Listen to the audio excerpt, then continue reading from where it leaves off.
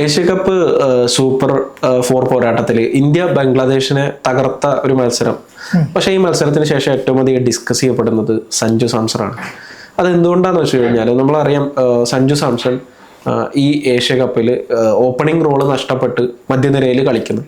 ഒമാനെതിരെയുള്ള ഒരു മത്സരത്തിൽ 1 ഡൗണിലെ അവസരം കിട്ടിയ സമയത്ത് ആ ഒരു കണ്ടീഷൻ നമുക്കറിയാം, കുറച്ച് അവസ്ഥയായിരുന്നു. അങ്ങനത്തെ കാലാവസ്ഥയൊക്കെ ആയിട്ട് ബന്ധപ്പെട്ട് പ്രശ്നമുണ്ടായി. സഞ്ജു ഒരു അർദ്ധ സെഞ്ചുറി നേടുന്നുണ്ട്. പക്ഷെ തൊട്ടടുത്ത മത്സരത്തിൽ പാകിസ്ഥാനെതിരെ 5ാമനായിട്ട് ഇറങ്ങിയിട്ട് സഞ്ജു ബുദ്ധിമുട്ടുന്നുണ്ട്. ബംഗ്ലാദേശിനെതിരെ ഇന്ത്യൻ ടീമിന്റെ മധ്യനിര ആ രീതിയിലുള്ള ഒരു പെർഫോമൻസ് നടത്തിക്കൊണ്ടിരിക്കുന്ന ഒരു സമയത്ത് അനാവശ്യമായിട്ട് ബാറ്റിംഗ് ഓർഡറിൽ ചേഞ്ചസ് കൊണ്ടുവന്നു എന്നുള്ളത് ഒരു കാര്യം. രണ്ടാമത് 7ാമത്തെ പൊസിഷനിലും സഞ്ജു സാംസണെ ഇറക്കുന്നില്ല എന്നുള്ളത്, പ്രത്യേകിച്ച് ബംഗ്ലാദേശിനെതിരെ നല്ല റെക്കോർഡുള്ള സഞ്ജു സാംസണെ ഇറക്കിയില്ല. ആ ഒരു 5 വിക്കറ്റുകൾ നഷ്ടപ്പെട്ടിട്ടും ഡഗ് ഔട്ടിൽ സഞ്ജു ചിരിച്ചുകൊണ്ടിരിക്കുന്ന ആ ഒരു മുഖം ഇടക്കിടക്ക് കാണാണ്ട് വരുന്നൊരു സാഹചര്യം ഉണ്ട്. ഇത് ശരിക്കും പറഞ്ഞു കഴിഞ്ഞാൽ നമുക്കറിയാം, ഓപ്പണിംഗ് റോളിൽ സഞ്ജുവിൻ്റെ ഒരു ഗോൾഡൻ പീരീഡ് ആയിരുന്നു, ഒരു സുവർണ കാലഘട്ടം തന്നെയായിരുന്നു. പക്ഷേ ഓപ്പണിങ്ങിലേക്ക് ഗില്ല് തിരിച്ചു വരുന്നതോടുകൂടി സഞ്ജുവിനെ മധ്യനിരയിലേക്ക് കൊടുക്കുന്നത്. ഇപ്പം സഞ്ജുവിൻ്റെ ഭാഷയിൽ പറഞ്ഞു കഴിഞ്ഞാൽ സഞ്ജു പറയുന്നത് ഹീറോ റോളും വില്ലൻ റോളും ജോക്കർ റോളും ഏത് റോളും ചെയ്യും എന്നുള്ള രീതിയിലാണ്. മധ്യനിരയിലാണ് സംഭാവന ചെയ്യേണ്ടത് എന്ന കൃത്യമായ മെസ്സേജ് ടീമിൽ നിന്ന് കിട്ടിയിട്ടുണ്ട്. അത് മാക്സിമം നന്നായി ചെയ്യാൻ ശ്രമിക്കും എന്നാണ് സഞ്ജു പറയുന്നത്. പക്ഷേ ഇങ്ങനെ വരുന്ന സമയത്ത് മധ്യനിരയിലേക്ക് ഇപ്പോൾ വിക്കറ്റ് കീപ്പിങ്ങിലേക്കാണെങ്കിൽ ജിതേഷ് ശർമ്മ, ഇങ്ങനെയുള്ള ഒരുപാട് താരങ്ങൾ പുറത്ത് ഉണ്ട്.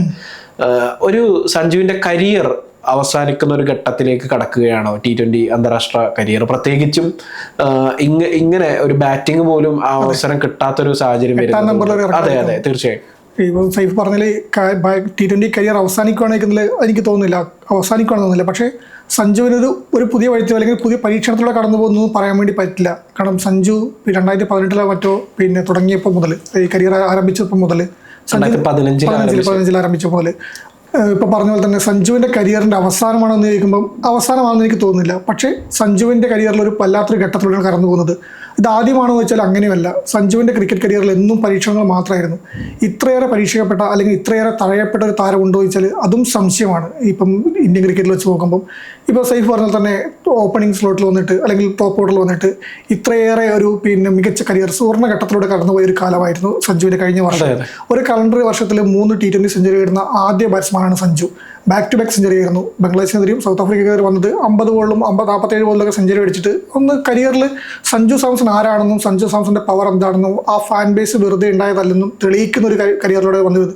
ആ സമയത്ത് അന്ന് സഞ്ജുവിന് കിട്ടിയൊരു വാക്കുണ്ടായിരുന്നു നമ്മളോട്. സൂര്യകുമാർ യാദവ് ആയാലും ഗൗതം ഗംഭീർ ആയാലും നേരത്തെ പറഞ്ഞിരുന്നത്, അടുത്ത 7 മത്സരത്തിലേക്ക് നീ ടീമിനൊരു സ്ഥാനം ഉണ്ടാകും, ഈ ഓപ്പണിംഗ് റോളിൽ ഉണ്ടാവും എന്ന് പറഞ്ഞിട്ടുണ്ട്. ആ സമയത്താണ് സഞ്ജുവിന് ആ ഉറപ്പ് കിട്ടിയപ്പോഴായിരുന്നു സഞ്ജുവിൻ്റെ ഈ മത്സരം വന്നത്.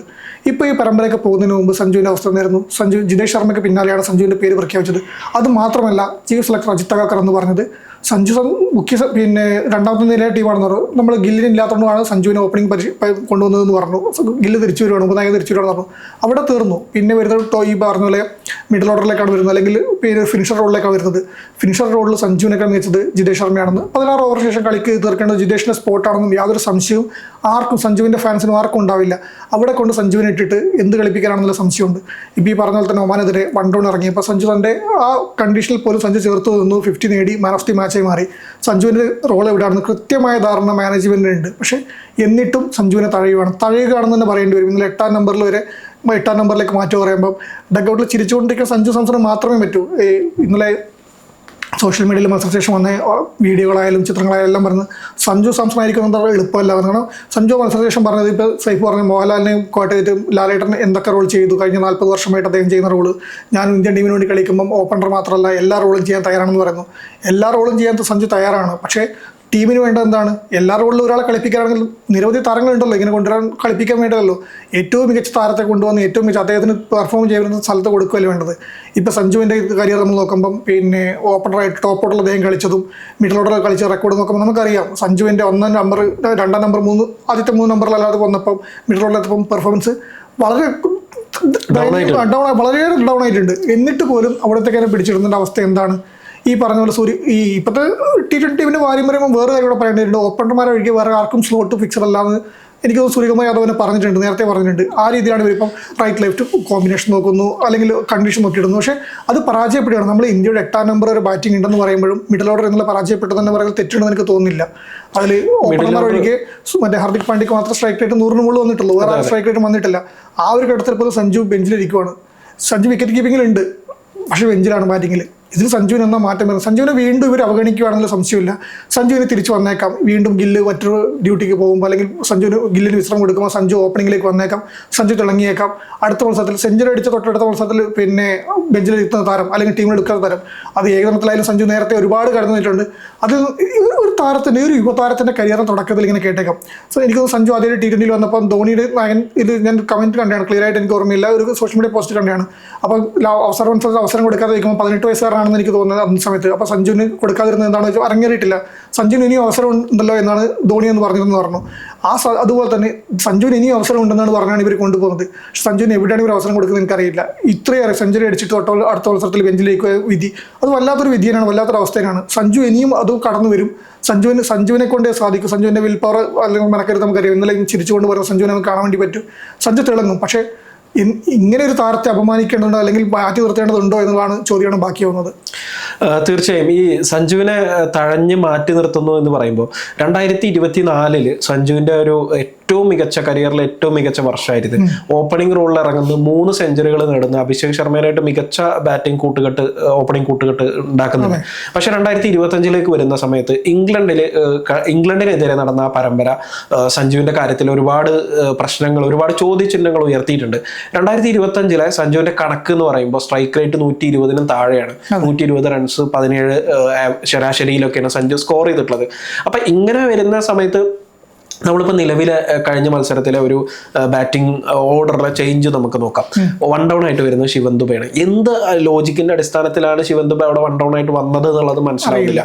ഒന്നെങ്കിൽ സൂര്യകുമാർ യാദവ് വരണമായിരുന്നു. ഇനി കഴിഞ്ഞ 2 മത്സരങ്ങളിൽ നിരാശപ്പെടുത്തിയ സൂര്യകുമാർ യാദവ് സ്വന്തം ബാറ്റിംഗ് റോളിന്റെ കാര്യത്തിൽ എന്നെ കൺഫ്യൂഷനിലാണോ എന്നൊരു ചോദ്യം അവിടെ ഉയരുന്നുണ്ട്.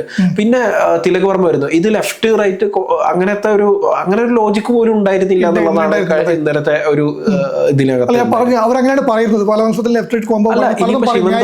ശിവൻ ദുബേനെ വേണ്ട, തിലക് വർമ്മനെ കൊണ്ടുവരാമായിരുന്നു 3ാമത്തെ പൊസിഷനിൽ. തിലക് 3ാം നമ്പറിൽ തിളങ്ങിയിട്ടുള്ള താരാണ്. എന്തുകൊണ്ട് തിലകിന് ആ സമയത്ത്, പ്രത്യേകിച്ച് ഇനിയിപ്പോ 2 എന്താ പറയാ ഇടങ്കയും ബാറ്റർമാർ വരുന്നൊരു സാഹചര്യമാണെങ്കിൽ സൂര്യകുമാർ യാദവിന് തന്നെ ഇറങ്ങാമായിരുന്നു. അങ്ങനെ ഒരുപാട് ഓപ്ഷനുകൾ ഉണ്ടാവുന്ന സമയത്ത് സഞ്ജു അവിടെ ഇരിക്കുന്ന സമയത്ത് ഹാർദിക്കിനെ കൊണ്ടുവരുന്നുണ്ട്. ഹാർദിക്കിനെ കൊണ്ടുവന്ന് കുഴപ്പമില്ല, നല്ല. പക്ഷെ അക്സർ പട്ടേലിനെ കൊണ്ടുവന്നത് വളരെ എന്താ പറയാ ഒരു ഒട്ടും സഞ്ജുവിന്റെ കഴിവിലോട്ട് വിശ്വാസമില്ലാത്തതാണോ? അല്ല, സഞ്ജുവിന് ഇനിയിപ്പം പിന്നെ ഫിനിഷർ റോളിലേക്ക് പറ്റില്ല എന്നാണെങ്കിൽ ഓക്കെ, ഫിനിഷർ റോൾ കളിപ്പിക്കണ്ട. ഈ പറഞ്ഞ 1 ഡൗണിൽ ശിവൻ ദുബെനെ പരീക്ഷിക്കുന്ന പകരം 1 ഡൗണിൽ ഇപ്പോൾ ഈ പരമ്പരയിൽ തന്നെ തുടങ്ങിയിട്ടുണ്ടല്ലോ സഞ്ജുവിനോട് അവസരം കൊടുക്കാമല്ലോ. അതിനെന്താ സൂര്യകുമാർ യാദവ് പറയുന്നില്ല. ശിവൻ ദുബെ 1 ഡൗൺ കളിക്കുന്ന താരമല്ലല്ലോ. അവിടെ സഞ്ജുവിന് ഇടാം. സഞ്ജുവിന് ഇവർക്കും പിന്നെ മിഡിൽ ഓർഡർ അല്ലെങ്കിൽ പിന്നെ ഫിനിഷർ റോളിലേക്ക് എടുക്കാൻ വേണ്ടി പറ്റില്ലെങ്കിൽ അവിടെ കളിപ്പിക്കാം. അത് കളിപ്പിച്ച് തെളിയിച്ച താരമാണ്. ഈ പരമ്പരയിൽ തന്നെ തെളിയിച്ചിട്ടുണ്ട്. ആ ടോപ്പ് ഓർഡറിൽ വരുന്ന സമയത്ത് കളിക്കാൻ പറ്റുന്നത്. അതെന്തുകൊണ്ട് പറ്റുന്നില്ല അതിനാണ് ചോദ്യം വരുന്നത്. അപ്പോൾ അത് എന്താണ് ഇവർ, ഏത് ഈ ലോജിക്കാണ് ഇവർ എടുക്കുന്നത്? പാകിസ്ഥാനെതിരെ മെല്ലപ്പോക്കാണോ? അങ്ങനെയാണെങ്കിൽ ഈ പറഞ്ഞ ജിതേഷ് ശർമ്മയെ ടീമിൽ ഉൾപ്പെടുത്താലോ. സൂര്യകുമാർ യാദവിന്റെ പെർഫോമൻസ് അത് ഞാൻ സൂര്യകുമാർ നായകനാണ്. നായകന്റെ ഒരു പ്രിവിലേജ് അദ്ദേഹത്തിന് കിട്ടിയേക്കും, അത് കിട്ടണമല്ലോ. പക്ഷെ സഞ്ജുവിന് ഈ പ്രിവിലേജ് വേണ്ട. സഞ്ജുവിന്റെ പെർഫോമൻസ് വെച്ചാകുമ്പം ഈ പറഞ്ഞ പോലെ ശിവൻ ദുബെനെ അവിടെ കൊണ്ടുവരുന്ന ലോജിക്ക് എന്താണെന്ന് പറയാമെങ്കിലും ഇവർ തയ്യാറാവണം. അല്ലെങ്കിൽ സഞ്ജു ഉണ്ട്, അവിടെ കളിക്കാൻ താരമുണ്ട്. സൂര്യകുമാർ യാദവ് കളിക്കുന്നില്ല, ഓക്കെ. തിലക് വർമ്മനെയും കൊണ്ടുവരുന്നില്ല. തിലക് വർമ്മ കളിക്കാൻ ഒരു നടന്നുമില്ല. അക്സർ പട്ടേലിനെയും കൊണ്ടുവന്നിട്ട് ബെഞ്ചിൽ സഞ്ജുവിനെ ചിരിപ്പിച്ചുകൊണ്ടിരിക്കുന്ന അവസ്ഥ പറയുമ്പോൾ അത് വല്ലാത്തൊരു അവസ്ഥയല്ലേ? അല്ല, ഞാൻ പറയുന്നത് ഈ ടീം കോമ്പിനേഷൻ അങ്ങനെ മാറ്റണം എന്നാണ് ഇന്ത്യയുടെ ഒരു നീക്കമെങ്കിൽ ശിവൻ ദുബെക്ക് പകരം എന്തുകൊണ്ട് സഞ്ജുവിനെ ഇറക്കാമായിരുന്നില്ല? കാരണം സഞ്ജു ഓൾറെഡി ഈ പരമ്പരയിൽ 1 ഡൗൺ ഇറങ്ങിയിട്ട് ഒരു അർദ്ധ സെഞ്ചുറി നേടിയതാണ്. പക്ഷെ എനിക്ക് വ്യക്തിപരമായിട്ടാണെങ്കിലും എനിക്ക് തോന്നുന്ന ഒരു കാര്യം എന്താണെന്ന് വെച്ച് കഴിഞ്ഞാൽ സഞ്ജുവിന്റെ കരിയർ അവസാനിക്കാൻ പോവുകയല്ല, പക്ഷെ അവസാനിപ്പിക്കാനുള്ള ഒരു നീക്കങ്ങളാണ്. അല്ലെങ്കിൽ അത് അറിഞ്ഞോ, നമ്മളിപ്പോ പറയുന്നത് സഞ്ജുവിനെതിരെ ഒരാളുകൾ ഇരുന്ന് അങ്ങനെ പ്ലാൻ ചെയ്ത് എടുക്കുന്നു എന്നല്ല, പക്ഷെ അറിഞ്ഞോ അറിയാതെയോ ഈ നീക്കങ്ങൾ സഞ്ജുവിന്റെ കരിയർ അവസാനിക്കുന്നതിലേക്ക് എത്തും എന്നുള്ളതാണ്. ഇപ്പൊ പ്രത്യേകിച്ച് അടുത്ത T20 ലോകകപ്പ് കൂടി വരാനിരിക്കുന്ന സാഹചര്യം സാഹചര്യത്തിൽ ഒന്നുകിൽ സഞ്ജുവിനെ ടീമിൽ നിലനിൽക്കണമെങ്കിൽ തീർച്ചയായിട്ടും സഞ്ജുവിനെ ടോപ്പ് ഓർഡറിലേക്ക് കൊണ്ടുവരേണ്ടതായി വരും. കാരണം മധ്യനിരയിൽ നിൽക്കുകയാണെങ്കിൽ ഇപ്പൊ മധ്യനിരയിലാണ് നിൽക്കുന്നതെങ്കിൽ അധികം വൈകാതെ സഞ്ജുവിന്റെ കരിയർ അവസാനിക്കാൻ സാധ്യത. ഒന്നാമത്തെ കാര്യം അവസരങ്ങൾ കിട്ടില്ല, പ്രത്യേകിച്ച് ഇങ്ങനത്തെ ടോപ്പ് ഓർഡറിലുള്ള കിട്ടിയിട്ട് കാര്യമില്ലല്ലോ. ഈ പറഞ്ഞ പ്ലേയിങ് ലെവലിൽ സഞ്ജു ഉണ്ട് ഉണ്ടോ വെച്ചാൽ വിക്കറ്റ് കീപ്പർ പിന്നിലുണ്ട്, വിക്കറ്റ് കീപ്പർ ചെയ്യാൻ ജിതേഷ് ഉണ്ട്, ഇപ്പം പറഞ്ഞ അക്തർ പറഞ്ഞ KL രാഹുൽ താരങ്ങൾ, ഋഷഭ് പന്ത്, പല താരങ്ങൾ പുറത്തുണ്ട്. അവരെ കൊണ്ടൊന്ന് വിക്കറ്റ് കീപ്പ് ചെയ്യാലോ. ബാറ്റിംഗ് കൊടുക്കുന്നില്ല, ഒരു സ്പെഷ്യലിസ്റ്റ് വിക്കറ്റ് കീപ്പറിൻ്റെ ആവശ്യം ഒരു ടീമിനുണ്ടെന്ന് എനിക്ക് തോന്നുന്നില്ല. അങ്ങനെ സഞ്ജു ഈ ഏഷ്യ കപ്പ് നേടിയ ടീമിൽ നിന്നാലും ഈ ഒരു പ്രകടനം വെച്ചിട്ട് ഇപ്പം സഞ്ജുവിന് ഇനി മത്സരത്തിൽ 2 മത്സരമാണ് ഇന്ത്യക്ക് ബാക്കിയുള്ളത്, ഫൈനൽ ഉൾപ്പെടെ. അതിൽ അവസരം ലഭിക്കില്ല നമുക്കറിയില്ല. അവർ അവസരം ലഭിച്ചാൽ തന്നെ, ബാറ്റ് ചെയ്യാൻ അവസരം ലഭിച്ചെങ്കിൽ തന്നെ അത്ലറ്റിക്സ് നോക്കുമ്പോൾ നമുക്ക് ലാസ്റ്റ് കണക്ക് നോക്കും. ഇപ്പോൾ തന്നെ കണക്ക് നോക്കുമ്പോൾ ഒമാനെതിരെ മത്സരത്തിൽ നമുക്ക് പറയാം സ്കോർ ബോർഡ് നോക്കിയിട്ടാണ് സഞ്ജുവിന്റെ പ്രകടനം വിലയിരുത്തുന്നെങ്കിൽ സഞ്ജു അതിലും പരാജയപ്പെട്ടു പറയാൻ വേണ്ടി പറ്റും, മെല്ലെ പോകുന്നതിന് പറയാൻ വേണ്ടി പറ്റും. ബാക്കിയുള്ള മത്സരങ്ങളൊന്നും സ്ട്രൈക്ക് ഔട്ട് പറയാൻ വേണ്ടിയില്ല. അങ്ങനെ വരുമ്പം അടുത്ത പറയുമ്പോഴേക്ക് സഞ്ജുവിനെ ഉൾപ്പെടുത്തേണ്ട ആവശ്യമില്ലല്ലോ. ജിതേഷ് ശർമ്മ ഇപ്പോൾ ടീമിനുണ്ട്, ജിതേഷ് തന്നെ കൊടുക്കും. അപ്പം ഈ പറഞ്ഞ T20 ലോകകപ്പ് നമ്മൾ നേരത്തെ തന്നെ പലതവണ പറഞ്ഞാണ്, T20 ലോകകപ്പ് മുന്നിൽ വരുമ്പം ഏതൊരു ടീമിലും ഏതൊരു ലോകകപ്പ് വരുമ്പോൾ T20 ടീമിലാണ് സഞ്ജുവിന് അവസരം ലഭിക്കാറ്. പക്ഷെ ഇതിപ്പോൾ T20 ലോകകപ്പ് മുന്നിലേക്കും ഏഷ്യ കപ്പ് ഉൾപ്പെടെ സഞ്ജുവിന് അവസരം ലഭിക്കുന്നുണ്ട്, ടീമിൽ അവസരം ലഭിക്കുന്നുണ്ട്. പക്ഷെ കളിക്കാനുള്ള അവസരം ലഭിക്കുന്നില്ല, കളിക്കാനുള്ള സപ്പോർട്ട് ലഭിക്കുന്നില്ല. അവിടെയാണ് ഈ പ്രശ്നം വരുന്നത്. അത് അറിഞ്ഞോ അറിയാതെ എന്ന് പറയുമ്പോൾ കൂടി, അറിയാതെ എന്ന് പറയുമെങ്കിൽ കൂടി അത് അറിഞ്ഞുകൊണ്ട് അല്ലെങ്കിൽ സംശയിക്കുന്ന കുറ്റം പറയാൻ വേണ്ടി പറ്റുന്ന എനിക്ക് തോന്നുന്നില്ല. തീർച്ചയായും നമ്മൾ ഈ ഇതിൽ നിന്ന് മനസ്സിലാകുന്ന ഈ ഒരു കാര്യത്തിൽ നിന്ന് എനിക്ക് മനസ്സിലാകുന്ന ഒരു കാര്യം എന്താണെന്ന് വെച്ച് കഴിഞ്ഞാൽ, സഞ്ജുവിന്റെ കരിയർ 2024 അത് കുറെ അപ്സ് ആൻഡ് ഡൗൺസിലൂടെ പോയി. 2015 ആരംഭിച്ച ഈ ഒരു കരിയർ കുറെ രീതിയിൽ അപ്പും ഡൗണും ഒക്കെ ആയിട്ട് പോയിട്ട് അത് അതിന്റെ ഏറ്റവും പീക്കിലെത്തി. 2024 3 സെഞ്ചുറികൾ നേടി. എനിക്ക് തോന്നുന്നു പല റെക്കോർഡുകളും സഞ്ജു തകർത്തു. എന്നിട്ട് ആ പീക്കിൽ നിന്ന് അത് താഴേക്ക് ഇറങ്ങിക്കൊണ്ടിരിക്കുകയാണെന്നാണ് എനിക്ക് തോന്നുന്നത്. അതുകൊണ്ട് തന്നെ സഞ്ജുവിന്റെ കരിയർ പെട്ടെന്ന് അവസാനിക്കുമെന്ന് വെച്ച് കഴിഞ്ഞാൽ പെട്ടെന്ന് സഞ്ജു എന്തായാലും വിരമിക്കുകയോ അല്ലെങ്കിൽ അങ്ങനത്തെ ഒരു കരിയർ അവസാനിക്കുകയോ ഇല്ല. പക്ഷേ ഈ നീക്കങ്ങൾ, ഇത്തരം ടീമിന്റെ സ്ട്രാറ്റജികൾ വരുന്ന സമയത്ത് അത് സ്വാഭാവികമായിട്ടും സഞ്ജുവിന്റെ കരിയറിനെ താഴേക്ക് കൊണ്ടുപോകും എന്നുള്ള, അത് അതിന്റെ ഒരു ഇപ്പൊ ഈ പറയുന്ന പോലെ നമ്മൾ മല കയറിയിട്ട് ആ മലയിൽ നിന്ന് ഇറങ്ങുന്ന ഒരു സാഹചര്യത്തിലേക്ക്, ഇറങ്ങി തുടങ്ങുന്ന ഒരു ഇതിലേക്ക് എത്തി എന്ന് നമ്മളെ തോന്നുന്നുണ്ട് ഈ ഒരു ഇത് നോക്കുന്ന സമയത്ത്. അത് പ്രത്യേകിച്ച് അങ്ങനെ തോന്നാൻ കാരണം എന്തായാലും സഞ്ജുവിന് എന്ത് അടിസ്ഥാനത്തിലാണ് സഞ്ജുവിന് 8ാമനായിട്ട് പോലും ഇങ്ങനത്തെ ഒരു പൊസിഷനിൽ 8ാമനായിട്ട് പോലും ഇറക്കാതിരിക്കുന്നതാണ്. പിന്നെ എന്തിനാണ് ടീമിൽ സഞ്ജു ബാറ്ററാണ്, വിക്കറ്റ് കീപ്പ് ചെയ്യാൻ. ഇപ്പൊ സഞ്ജു വിക്കറ്റ് കീപ്പിങ്ങിൽ പിന്നീട് തിളങ്ങുന്നുണ്ട് എന്ന് വെച്ച് കഴിഞ്ഞാൽ എന്താ ഇഷൻ കിഷൻ തിളങ്ങുന്നില്ലേ, അല്ലെങ്കിൽ ജിതേഷ് തിളങ്ങുന്നില്ലേ, ബാക്കിയുള്ള ആളുകൾ പലരും തരാം. ഇപ്പൊ ഇങ്ങനെയാണെങ്കിൽ പന്തിനെ ഇറക്കാലോ. ബാറ്റ് ചെയ്യാൻ ഒരു വിക്കറ്റ് കീപ്പർ വേണമെങ്കിൽ ഋഷഭ് പന്ത്, സ്വാഭാവികമായിട്ട് ഋഷഭ് പന്ത് ടെസ്റ്റ് ബാറ്ററായിട്ട് അല്ലെങ്കിൽ ടെസ്റ്റിന് അനുയോജ്യമായിട്ടുള്ള താരമായിട്ട് മാറ്റുന്നതാണ് ഋഷഭ് പന്തിനെ. ഋഷഭ് പന്തിന് വെടിക്കെട്ട് നടത്താൻ കഴിയുന്നില്ല, കഴിഞ്ഞ IPL അടക്കം അങ്ങനെ നമ്മൾ ഇത് ചെയ്ത. അപ്പൊ അങ്ങനെയാണെങ്കിൽ ബാറ്റ് ചെയ്യാൻ ഒരാളെ വേണമെങ്കിൽ ഋഷഭ് പന്തിനെ ഇറക്കിയാൽ പോരെ. ആ ഒരു രീതിയിലുള്ള ഒരുപാട് ചോദ്യങ്ങൾ വരുന്നുണ്ട്. അപ്പൊ എന്തൊക്കെ പറഞ്ഞാലും ഇന്നലെ സഞ്ജുവിനോട് ചെയ്തത് അത് ശരിയായില്ല എന്ന് തന്നെയാണ് നമ്മൾ മനസ്സിലാക്കേണ്ടത്. അത് എന്തിന്റെ പേരിലാണെങ്കിലും. ഇപ്പൊ തൊട്ട് മുമ്പത്തെ മത്സരത്തിൽ 5ാമത്തെ പൊസിഷനിൽ ഇറങ്ങിയിട്ട് ഫോം ആയില്ലെങ്കിൽ സഞ്ജുവിന് എന്തുകൊണ്ട് 3ാമത്തെ പൊസിഷൻ കൊടുത്തുകൂടാ? സഞ്ജുവിന് മികച്ച പെർഫോമൻസ് നടത്താൻ പറ്റും. 3ാമത്തെ സ്ലോട്ടിൽ അല്ലെങ്കിൽ 3ാമത്തെ പൊസിഷനിൽ ഇറങ്ങിയിട്ട് സൂര്യകുമാർ യാദവ് വലിയ വിപ്ലവം ഒന്നും സൃഷ്ടിക്കുന്നില്ല. അപ്പൊ അങ്ങനത്തെ ഒരു സാഹചര്യത്തിൽ അതെ അങ്ങനത്തെ ഒരു സാഹചര്യത്തിൽ സഞ്ജുവിന് എന്തുകൊണ്ട് ആ ഒരു പൊസിഷനിൽ ഇറക്കിക്കൂടാ എന്നുള്ളത് വലിയ ചോദ്യം തന്നെയാണ്. അവസരങ്ങൾ കിട്ടിയിട്ട്, പ്രോപ്പറായ രീതിയിൽ അവസരങ്ങൾ കിട്ടിയിട്ട് സഞ്ജു നിരാശപ്പെടുത്തുകയും അങ്ങനെ മാറ്റി നിർത്തുകയാണെങ്കിൽ കുഴപ്പമില്ല. പക്ഷെ ഇത് ഒരു അവസരം തന്നെ നല്ല രീതിയിൽ വളർത്തുന്ന രീതിയാണിത്.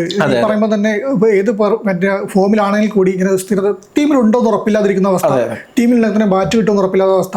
നമ്മൾ ഈ പരമ്പരയ്ക്ക് പോകുന്നതിന് മുമ്പ് സഞ്ജു ടീമിൽ ഉണ്ടാവുമെന്ന് ഉറപ്പില്ലാന്ന്. അത് ഉറപ്പില്ല, സംശയം തന്നെയായിരുന്നു. ടീമിൽ ഉൾപ്പെടുത്തിയിട്ട് ഇപ്പം ബാറ്റ് ചെയ്യാൻ ഇറങ്ങാൻ പറ്റുമോ? ഫസ്റ്റ് ബാറ്റിംഗ് ഇന്നിങ്സ് വരുമ്പോൾ വിക്കറ്റുകൾ വീണിട്ടും ഒരു ബാറ്റ്സ്മാൻ ഇറങ്ങാൻ പറ്റാത്ത അവസ്ഥ പറയുമ്പോൾ ഡഗ്ഔട്ടിൽ എന്ത് ചിരിച്ചിരുന്നാലും ആ ഉള്ളിൽ എന്താ മാനസികമായിട്ട് ആർക്കായാലും ഒരു ബുദ്ധിമുട്ടുണ്ടാക്കുമല്ലോ. അത് വരുമ്പോൾ ഈ പറഞ്ഞ പോലെ തന്നെയാണ് സഞ്ജുവിന് അവസരം ലഭിക്കും, ടീമിൽ ഇട്ടിട്ട് പിന്നെ ഒരു മൂല കിട്ടുന്ന അവസ്ഥ പറഞ്ഞാൽ. തീർച്ചയായും ഇന്ത്യൻ ടീമിന്റെ അസിസ്റ്റന്റ് കോച്ചായിട്ടുള്ള റയാൻ ടെൻഡോഷേറ്റെ പറഞ്ഞൊരു കാര്യമുണ്ട്. സഞ്ജുവിന് മധ്യനിരയിൽ ഒരു പുതിയ റോള് കൊടുത്തു കഴിഞ്ഞു. ആ റോളിലേക്ക് അഡാപ്റ്റ് ചെയ്യാവാൻ വേണ്ടിയിട്ട് അല്ലെങ്കിൽ ആ റോൾ ഏറ്റെടുക്കാനുള്ള ശ്രമം സഞ്ജു നടത്തിക്കൊണ്ടിരിക്കുകയാണ് ഇപ്പോഴും എന്നുള്ളതാണ്. അത് എത്ര കാലം ഇനി ആ ശ്രമം നടത്തണം എന്നുള്ളതാണ്. പ്രത്യേകിച്ച് കരിയറിന്റെ ഈ ഒരു ഘട്ടത്തിൽ ഓപ്പണിംഗ് റോളിൽ ഏറ്റവും പീക്കായിട്ട് അതാ പറഞ്ഞത്. ഓപ്പണിംഗിൽ കഴിവ് തെളിയിച്ച ആളെ പിടിച്ചിട്ട് പുതിയ പൊസിഷൻ ഇട്ടിട്ട് ഇനി ഇവിടെ കഴിവ് തെളിയിക്കുന്ന അവസ്ഥ അത് എന്തിനാണെന്ന് മനസ്സിലാവുന്നില്ല. അതെ അതെ അങ്ങനെ സ്വാഭാവികമായിട്ടും ഇപ്പോൾ ശുഭ്മാൻ ഗില്ലിനെ വൺ ഡൗൺ ഉൾപ്പെടെയുള്ള പൊസിഷനെ ഏറ്റെടുക്കാം എന്നുള്ള സാഹചര്യത്തിലാണ് ഇത് ചെയ്യുന്നത് ഓർക്കണം. തീർച്ചയായും വൺ ഡൗണിൽ ശുഭ്മാൻ ഗില്ലിനെ കളിപ്പിക്കാം എന്നുള്ള ഒരു സാഹചര്യം കൂടി അവിടെ നിലനിൽക്കുന്ന ഒരു സമയത്താണ് ഇത് ചെയ്യുന്നത്. എന്തായാലും നമ്മളിപ്പോൾ സംസാരിച്ച് വന്നത് സഞ്ജുവിന്റെ കരിയർ പെട്ടെന്ന് അവസാനിക്കുമെന്ന് നമുക്ക് ഒരിക്കലും പറയാൻ കഴിയില്ല.